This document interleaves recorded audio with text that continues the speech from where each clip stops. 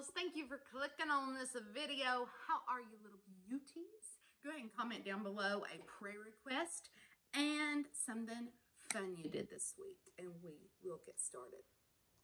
So, last week, you remember we learned about Abraham and Sarah. What were their names to begin with?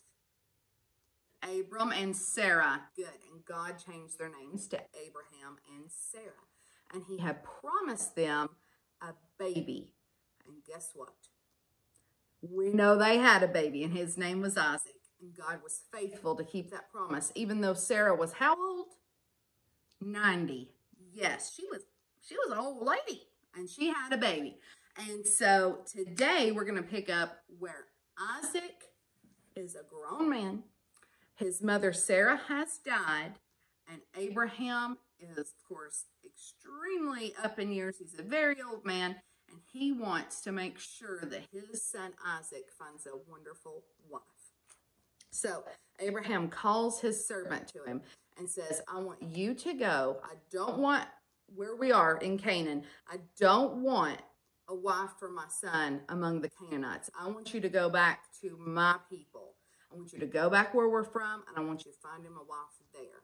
And so the servant said, okay, it's a big responsibility, but I got it. So he took camels and all these gifts, and he was a little concerned because even though he had all these nice gifts to give to the family of whoever the woman was that he found for Isaac to marry, he was really nervous. So in Genesis chapter 24, verse 14, the servant is praying.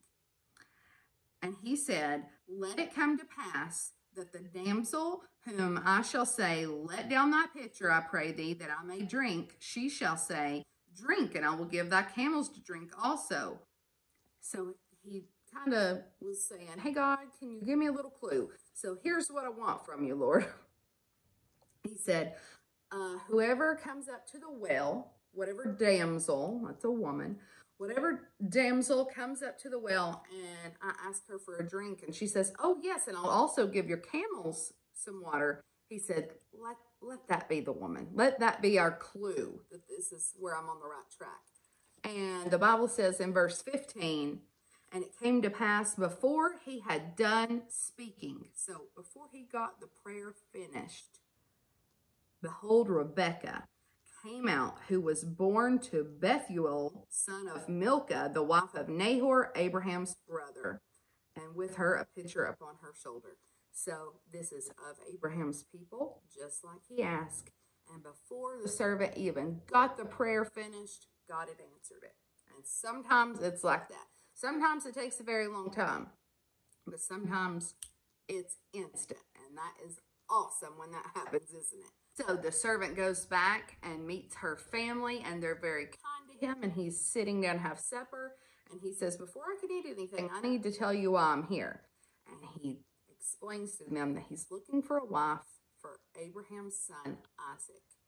And they agreed to let their daughter go with him to marry Isaac. So the servant gives the gifts to Rebekah's family, and Rebekah goes on with the servant back to meet her new husband. Now, this sounds weird to us. I know. That's not really how you meet your husband. I met my husband, Preacher Lee, in high school. We went to school together, and we were buddies, and then we were like, okay, let's start dating. Actually, he chased me forever and begged and begged and begged. But back then, this is how things were done. So the servant brings Rebekah back, and Isaac was patiently waiting, and he looked off in the distance, and he saw him coming, and he got so excited, and Rebekah said, is that my future husband? And the servant said, yes. So she put a veil over her face, because that's what you did then. You didn't just reveal your face immediately. A lot of strange traditions, but they met, they fell in love, they got married, and that's the end of our story for today. We'll pick up again next week in this, but what I want us to do now is look in Isaiah chapter 40, verse 28. It says, hast thou not known, hast thou not heard, that the everlasting God, the Lord, the creator of the ends of the earth, fainteth not, neither is weary. There is no searching of his understanding. So When God answered that prayer, he knew what that servant was going to pray. But he waited, let him get the words out, and boom, answered it. There's no searching of God's understanding. He knows so much more than us. He knows so much more than we could even comprehend in our brains. I want you to turn now to Psalm 54, verse 2, and we will finish with this. And we know that if we're looking for the book of Psalm, we can just look right in the middle of our Bibles, and we're probably going to land somewhere in Psalm. So, 54, verse 2. Hear my prayer, O God. Give ear to the words of my mouth. And that's what I want you guys to remember this week. We can ask God to hear our prayer, and you know what? He will.